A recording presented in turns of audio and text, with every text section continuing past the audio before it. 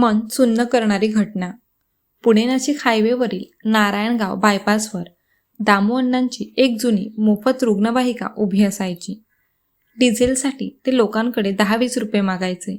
अनेक जण त्यांना भिकारी किंवा दारुडा समजून हिणवायचे. पण अण्णा मिळालेले पैसे स्वतःवर कधीच खर्च करत नसत. ते फक्त रुग्णवाहिकेसाठी डिझेल भरायचे. एका रात्री रोहित नावाचा तरुण अपघातात गंभीर जखमी झाला. गाड्या जात होत्या पण कोणी थांबत नव्हते. दामू अण्णा मात्र धावत आले. त्यांनी त्याला उचलून रुग्णवाहिकेत ठेवले.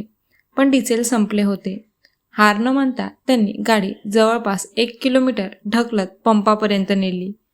उरलेले चिल्लर देऊन डिझेल भरले आणि रोहितला वेळेवर हॉस्पिटलमध्ये पोचवले. त्यामुळे त्याचे प्राण वाचले.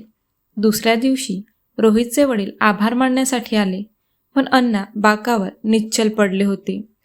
3 दिवस उपाशी राहून त्यांनी एका मुलाचा जीव वाचवला आणि स्वतःचे प्राण गमावले.